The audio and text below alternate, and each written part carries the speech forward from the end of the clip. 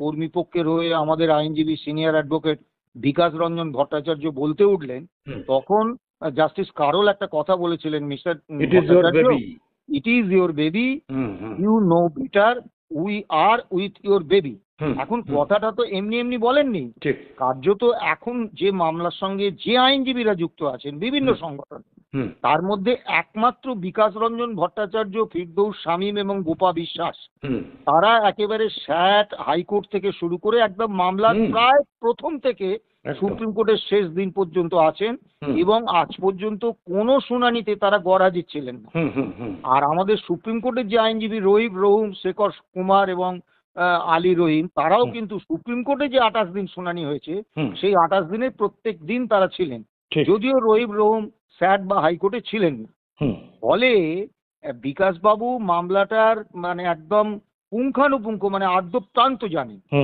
এবার মূল বিষয় হচ্ছে যে ওরা 107 পাতার সাবমিশন দিয়েছে, তাতে খুব পরিকল্পিতভাবেই প্রচুর প্ররোচনা ছিল।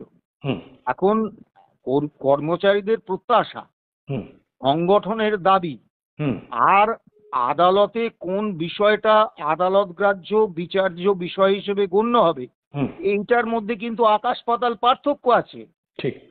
আমরা যে কোনো দাবি সেটা যত যুক্তি, যেমন ধরুন এই যে আপনি বললেন যে ওই বকেয়া ডিএর উপর 10% সুদ দেওয়ার দাবি অত্যন্ত যুক্তিপূর্ণ দাবি। তারপরে ধরুন কেন্দ্রীয় হারে house rent allowance, city compensatory allowance, medical allowance, education allowance, এগুলো নিঃসন্দেহে যথার্থ দাবি। এবং 48 মাসের যে বকেয়া, ষষ্ঠ বেতন কমিশনের বর্ধিত বেতনের যে বকেয়া যেটা রাজ্য সরকার মেরে দিয়েছেন সেটা দেওয়া, যা যুক্তিসঙ্গত দাবি। তারপরে রোপা 2019-এ DA, all India consumer price মেনে ডিএর উল্লেখ, একদম যুক্তিসঙ্গত দাবি, এবং আমাদের সংগঠনের এগুলো দাবি, কর্মচারীদের এগুলো দাবি এবং প্রত্যাশা।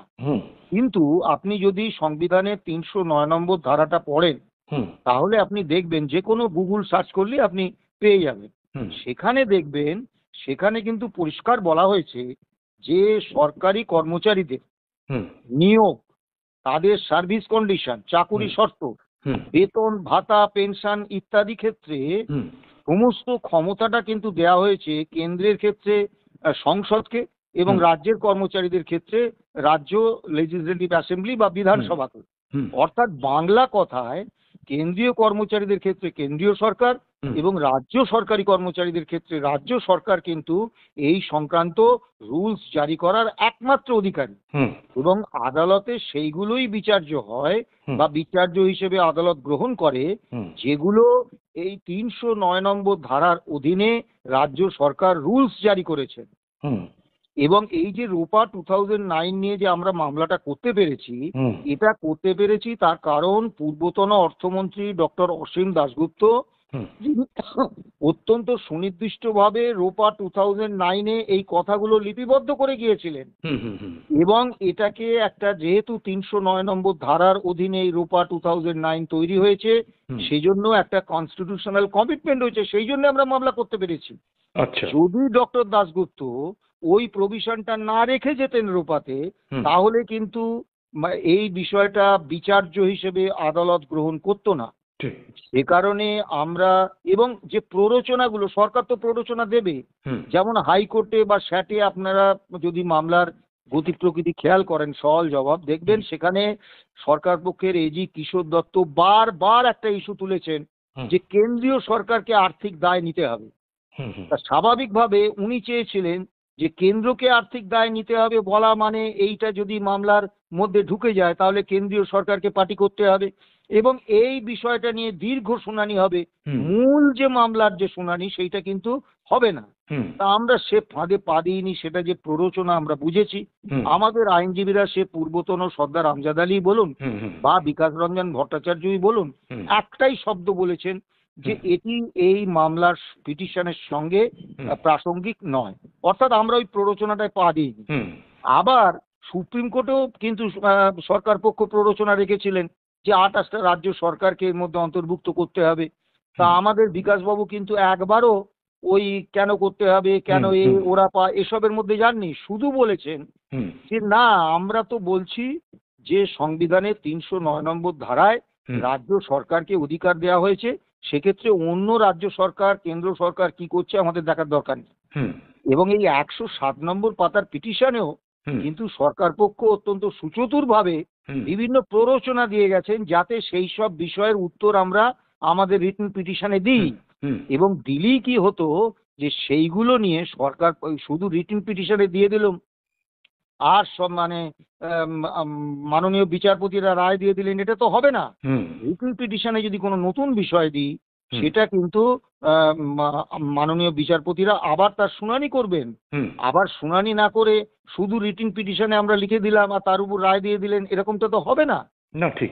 এক্ষেত্রে কর্মচারীদের যে প্রত্যাশা আর আদালতে বিচার্য হিসেবে কোনটা গৃহীত হবে কোনটা হবে না, এর যে ভারসাম্য এটা আমাদের করতে হয়েছে এবং এই জায়গাটা আমাদের পেশাদারিত্বের সঙ্গেই করতে হয়েছে। আচ্ছা, আমি আপনাকে এই ব্যাপারে একটু শেষ প্রশ্ন যেটা করব সেটা হচ্ছে যে নিশ্চিতভাবেই আপনাদের পক্ষে বিকাশ বাবু, তারপরে ফিরদৌস শামীম বা সুপ্রিম কোর্টের রউফ রহিম সহ যারা ছিলেন প্রত্যেকেই বিষয়টাকে অত্যন্ত মিশন হিসাবে দেখেছেন এবং তারা বুদ্ধিমত্তার সঙ্গে শেষ অবধি লড়ে গেছেন, পিটিশন দিয়েছেন। আমি বলতে চাইছি যে তাহলে যে সংগঠনটি এই সমস্ত দাবি করে বসলেন রিটেন পিটিশনে, সেখানকার যারা আইনজীবী ছিলেন তারাও তো প্রখ্যাত, তাহলে কি এর পেছনে অন্য কোনো উদ্দেশ্য থাকতে পারে বলে আপনার মনে হয়?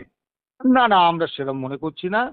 বিষয়টা একদমই ধরুন যে আইনজীবী এই রিটেন নোট দিয়েছেন সেই আইনজীবী হয়তো তার যে অভিজ্ঞতা, তার যে মেধা, তার যে বুদ্ধিবৃত্তি এবং তার যে মনন, সেই অনুসারে তিনি মনে করেছেন যে না, যেহেতু কমপ্লিট জাজমেন্ট আদালত দিতে চাইছে, আদালত শুধু এসএলপিটা অ্যাডমিশন করবেন না খারিজ করবেন এই ইস্যুতে শুনানি করছেন না, তখন এই সুযোগে যদি কর্মচারীদের প্রত্যাশাটা পূরণ করে নেওয়া যায় সেই চেষ্টাটা করেছেন। এর মধ্যে আন্তরিকতা আছে কিন্তু কোনো রকম বদ উদ্দেশ্য নেই।